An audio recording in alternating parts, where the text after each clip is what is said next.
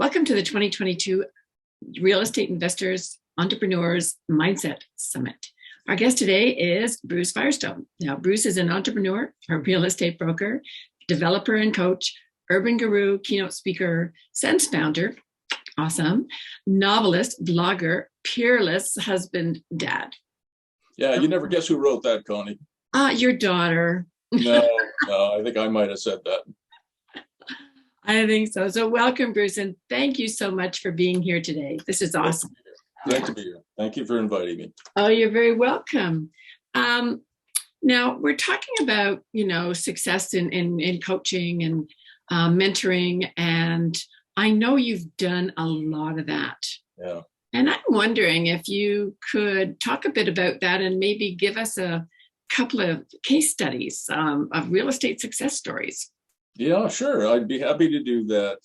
I thought one that might be interesting for people to listen to and hear about would be about a young carpenter. His name is Chris, who came to me when he was probably in his mid-20s, so quite young. And he was a single dad. He had been a single dad from the time he was 19. He was bringing up a daughter, and he was a licensed carpenter. He was making about $18 an hour, Connie. And he said he wanted to do a little bit better, now that he was a dad and, sole provider. And he came from not an easy background. He didn't have all the privileges that maybe some of the other viewers and listeners had. And so I talked to him about what he wanted to do, and he was really interested in real estate and real estate investing, because on his own he had come to the conclusion that might be the only way for him to find some way to get to wealth. And so we talked about it, and about a year into the coaching, maybe not that long, maybe 6 months into the coaching I was doing with Chris, about 10 acres of heavy industrial land came up for sale. And it was at a time when it was a recessionary economy, and he bought that. I kind of coaxed him into it, I might say, which is not really great coaching, but I suggested strongly that he look at it. And he bought 10 acres of industrial land for $475,000, so a little bit less than $50,000 an acre in a very good location. And he had a plan, a business model. And his business model, and I think you've heard about it from me before, Connie, was to turn it into mini contractor yards. Contractors who have to find places for their trucks, their dumpers, their loaders, their dozers. And so he would create these little fenced yards that were maybe 2,500 square feet, possibly 5,000 square feet, and rent them out. Very simple business model, not complicated. And he got a 90% seller take-back mortgage. Right. So the seller provided 90% of the financing he needed because, he was a young fellow. And as I said, a single parent. So he didn't have a lot of money, but he could find the 10% he needed in that he put some gravel down, put some fencing up, some privacy screening, and he was in business. And then he called me up just before Christmas of last year, and he said, "Bruce, guess what? I just got an appraisal back on my mini contractor yards." I said, "Oh, great, Chris. What did it come out at?" He said, "I'm a millionaire now." They came back at $3.6 million as a fair market value for his business. And I said, "Chris, are you going to sell it?" He said, "Absolutely not. I'm going to go and build a bunch more." So now he's got, I think, 2 in Florida, 1 in North Carolina, 1 in Texas, and he's well on his way, I think, to having a $100 million business. That is amazing. That's phenomenal. And then let me just tell you one shorter case study. Sure. Apparently, a lot of the tech people that I coach have heard that at 40, they're aging out of the business. Like, I don't consider 40 old, especially now that I'm a certain age. And so when I started my coaching practice almost 10 years ago now, I was really amazed at how many people were exiting the tech business in their 40s, and they came to me because they wanted to try real estate. And one of the young tech guys who came to me, I consider him young at 37, was a young man by the name of Ali. And Ali said, "I've got this idea of buying a bungalow and putting a basement apartment in." I said, "Great, that's simple. It's a great model. You get 2 rental incomes instead of 1. Not hard to do." But then talking together, we came up with a model that was an improvement on that. And I thought I'd share that with you and your viewers. And the improvement was, instead of putting in a 3-bedroom apartment in the basement, he put 3 microsuites in the basement. Microsuite is just a it's just a fancy name for a studio apartment, but it has It has its own small kitchen. It has its own bathroom. It has its own sort of living, working, sleeping area. And instead of having a 3 or 4 bedroom apartment in the basement, he put in 3 microsuites. And instead of getting $1,800 a month for a 3-bedroom basement apartment in the market in which he is operating, he gets $1,100 per microsuite. When you multiply that by 3, you get $3,300 instead of $1,800. A significant change. And tenants tend to really like the microsuites better because, Connie, if you and I and Shelley or whoever were roommates, 3 roommates together, they're always arguing, who ate the last piece of pizza, who drank the last beer, whose turn is it to clean the bathroom this week. And so roommates are always following up. But if you have your own microsuite, you can lock it, it's private. And if somebody ate the last piece of pizza, you know who it was. Mm-hmm. That's right. And microsuites, they're amazing, but real estate has so many things that you can do differently, thinking outside the box. And, the theme, of course, of the summit is that success is, 5% strategy and 95% mindset, Yep. or as you would say, exactly, or as you would say, execution. Yeah, execution is very important. The only thing that we're absolutely sure is in infinite supply in the universe is ideas. Mm-hmm. And so ideas, because they're relatively abundant, are relatively cheap, but execution really counts. It does. And a lot of people don't execute. And I'm sure that you have a lot of experience with that. So you've been a real estate investor and an entrepreneur, plus you have coached real estate students. Mm-hmm. So tell us a bit how that came about. What motivated you to actually coach real estate investors? Well, my dad, before he passed away, said to me, Bruce, people should never retire. You might change what you do, but just to sit at home and watch TV all day is not good for a person. And I hate golf because I'm so bad at it. So I'm not going to golf every day. And as I was getting close to retirement age, I was teaching at the University of Ottawa, Telfer School of Management. I was their entrepreneur in residence, and I was teaching entrepreneurship. I actually got myself a life coach, and because I didn't know what to do next. I just remember, what my dad had told me a number of years ago. And I said to the life coach, I'd like to do something, with act 3 of my life, but I don't know what it is. And after a few months of coaching, she was terrific. She said, Bruce, I think you ought to be a coach. Oh, I said, no, I don't think so. I don't know anything about, like, if somebody's having marital problems, I don't know anything about being a life coach, and I'd be no good at it. And she said, no. You've been a teacher, you've been, you built 2,000 homes, dozens of office buildings and shopping centers. You built an arena. You've done a lot. So maybe you could coach real estate investment in businesses. And I said, ooh, I kind of like that idea. And when I hear a good idea, Connie, it doesn't take somebody like me very long to put up, a sign. I put up a website, maybe 24 hours later, Prof Bruce, real estate investment and business coach, not really being sure if anybody wanted any coaching from me. Maybe it would fail. It was a pretty bad website, I must say, but it was a start, and I did a video, and I ran a couple of ads, and sure enough, over the last 9.5 years, 2,500 people have gone through my coaching practice, because it turns out, like I said, some tech men and women are getting pushed out the door at 40, but also more fundamentally, a lot of people in all sectors are not really happy with the financial planning industry. And, maybe they have their 401ks or their tax-free savings accounts or their RRSPs or their mutual funds or stocks and bonds. And a lot of people are not really happy with the alternatives. So they are looking much harder at real estate. Yeah, I agree with that.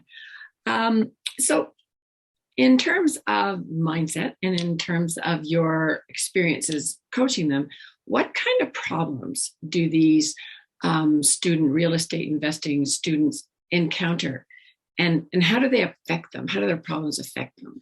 Yeah, about 40% of my coaching practice is made up of women entrepreneurs in real estate and business. So not half, but more than maybe I expected when I started this coaching practice of mine. And I found a common theme amongst my women entrepreneurs, and that is they lack confidence. I have 5 kids, Connie, 3 of them are girls. And if I could come up with a perfume called confidence that they could sort of dab on every morning, that would help a lot of my women entrepreneurs, because they're very good at what they do, but they tend to lack confidence in themselves. Whereas some of the guys I coach have maybe too much confidence. They're overconfident. So it would be nice to, pull the boys back a little bit and push the girls forward, and, ask the girls to lean in a little bit more. Mm-hmm. So do you find there's any other issues of I guess, common to everyone? Confidence kind of covers a lot of things, but if you drill down and you look at it, yeah, what do they make bad decisions? Do they just hold back from making decisions? It's simply a lack of familiarity. And it's not just a female thing. Males have the same issues, I think, sometimes. And what it is, let's say, for example, the typical thing you hear from entrepreneurs is that they can't get access to financing, or not enough financing, right? Mm-hmm. But that might just be a lack of understanding of all the alternatives and how to actually go about doing it. So one of the things, look, I'm a coach, so this is a bit self-serving, but one of the things that it has been proven by the stats is that businesses, whether they're real estate based or not, tend to do better, tend to last longer, tend to grow faster, tend to be more profitable if they have a coach, at least a good coach. Mm-hmm. Well, being a coach, I totally agree with that. Completely. So is there something about some people that they attract these problems to them? Well, I do think so. A bit more than half of my coaching practice is in the States. And I coach not just young people, but my oldest coaching client is 92 and he's still doing deals. So it gives me confidence in the future, I think, if I could continue on for a while. Mm-hmm. The Americans tend to have this view that the world is my oyster. There's no limits to what I can do. American exceptionalism. They are full of beans and lots of energy. Whereas pretty much everywhere else, I have clients in Sweden, in the United Kingdom, obviously in Canada, Australia, a couple in New Zealand, and pretty much everywhere else I find, the education system and maybe the parents and the grandparents say, Connie, know your place. Mm-hmm. Stay in that little box, do something safe. And I'll give you an example of that. When my youngest son was 17, he wanted to get his real estate license as he was getting ready to go to university. And his mother and his grandmother said to young Matthew, why would you do that? You'd give up a great job. He was selling like snowboards, making minimum wage. You give up a great job making a guaranteed minimum wage, working however many hours to make $5,000 or $6,000 a year back then. Whereas as a realtor, he could work probably about 1/3 the number of hours and make 5 times as much money. But they couldn't wrap their heads around the fact that as a realtor, his income would go up, would go down, go up, go down.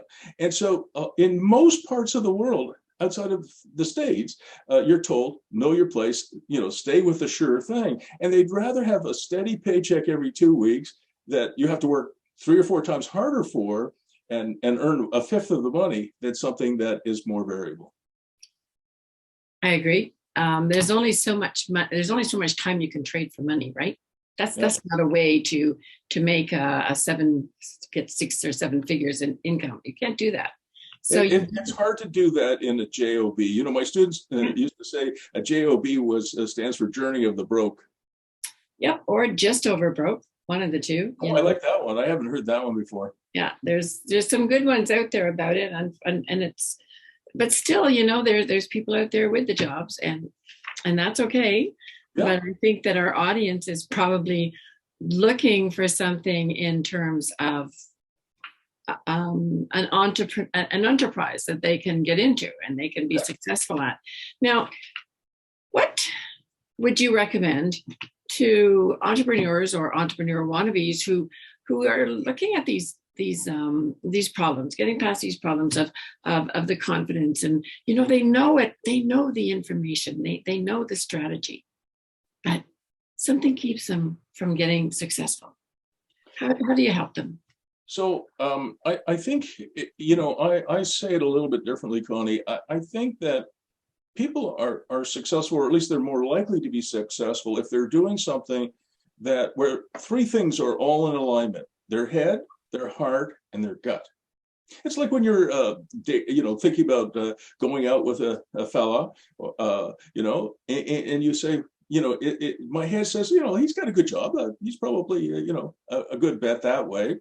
And then your heart says, no, there's a little bit of passion there, but there's something in your gut, your instinct that says, I'm not sure about this guy. And you should listen to that, right? And a lot of people don't. So I say, look, the first thing that you want to do is find your why. That's a Simon Sinek term, find your why. And something where, in my interpretation of Simon's theory, find something that you're passionate about, your heart's in it, your instincts say, yeah, this is likely going to work, and your head has done a little bit of analysis and says, yeah, it's probably going to work. When those three are in alignment, you probably are going down the right path. And let me give you an example of that, if I may. Mm-hmm. A young woman came to me for some coaching. She was in a very difficult position. Her first name was Brooke, and I took the same approach with her. I said, well, what's your why, Brooke? And I don't know. Did you finish high school? Yeah, kind of. And what's your current situation look like? It was terrible. She was pregnant. The fellow had run off. As soon as he found out she was pregnant, he disappeared, and she was couch surfing and about to have a baby, or in a few months. So I said, oh, okay, this is very challenging. So I said, well, what are you passionate about? What do you like to do? And she was very timid, and she said, I like to clean. I said, you like to clean? I said, that's great. I have a number of people who have Airbnbs that need cleaning. Well, she said, yeah, I actually do like to clean. I'm passionate about it. I like doing it, and I'm really good at it. And I said, well, that's a good start. So she started pregnant up to whatever, cleaning Airbnbs. And then she hired somebody else, and then she hired somebody else, and then she hired somebody else. And here she is now. Her little boy is a beautiful little boy. I think he's 4 or 5 now. And she runs a very successful company called Dustbusters, Ghostbusters, Dustbusters, I guess it works. And she's got a number of people working for her and with her. And, so, it might not sound like much, but it's been she's now making 6 figures, and her situation is completely different than it was 4.5 years ago. And she's not couch surfing anymore. No. Oh, that's a wonderful story. I love that. So, is there some kind of a process or a system an entrepreneur can use to minimize their chances of failing or increase their odds of success? I think there is. Nothing really guarantees success. Connie, you've heard me say it before. Every business, my coaching practice, your coaching practice, whatever, is an experiment until proven otherwise.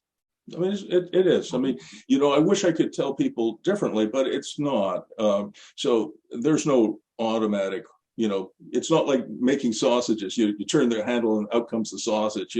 Maybe it comes out as a sausage, maybe it comes out as a mess. I don't know. But the process that I put people through is pretty simple. It starts with, hopefully you can find a coach and a good coach, one that you can trust. And then you work hard to find your why. Because one of the best things that a coach can do is make sure you don't run off down a road that's likely to end in failure. And when I was involved with the National Hockey League, I remember one of the general managers telling me, the best trades you'll ever make, Bruce, are the ones you don't make. Mm-hmm. And what that means is the best businesses you will ever start are the ones you don't start.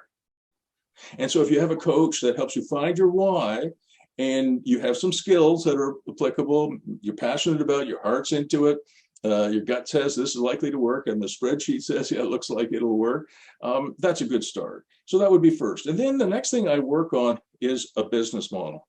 And most people think business models are tech only. No, no, they work in services, they work in real estate. If you think about Chris and his mini contractor yards, that's a business model, right?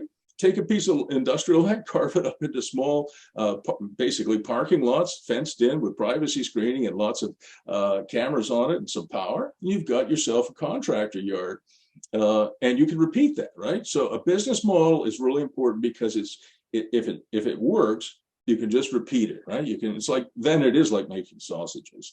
And then, of course, if it's real estate, you want to look at a location for the business. You want to assess the highest and best use for that. You want to put together a team, a realtor, a lawyer, a mortgage broker, what have you.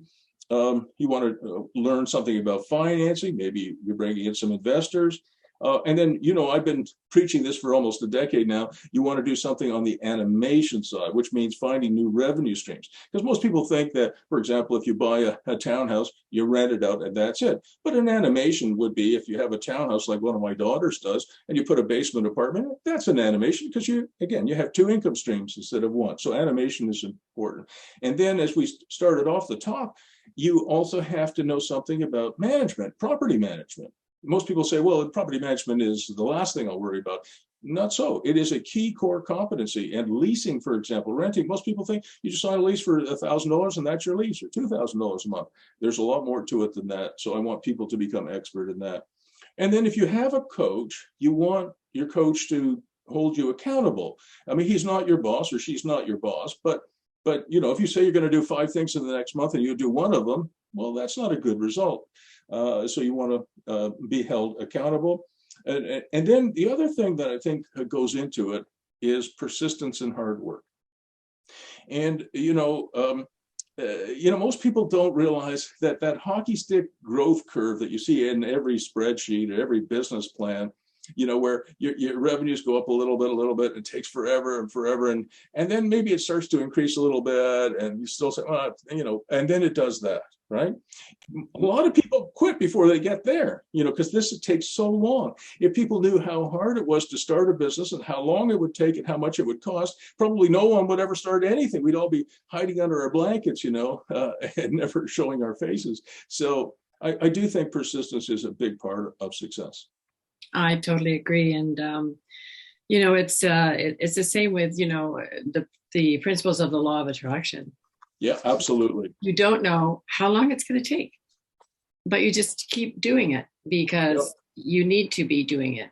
Yep. So there's a lot of the instant gratification didn't do us any good, did it?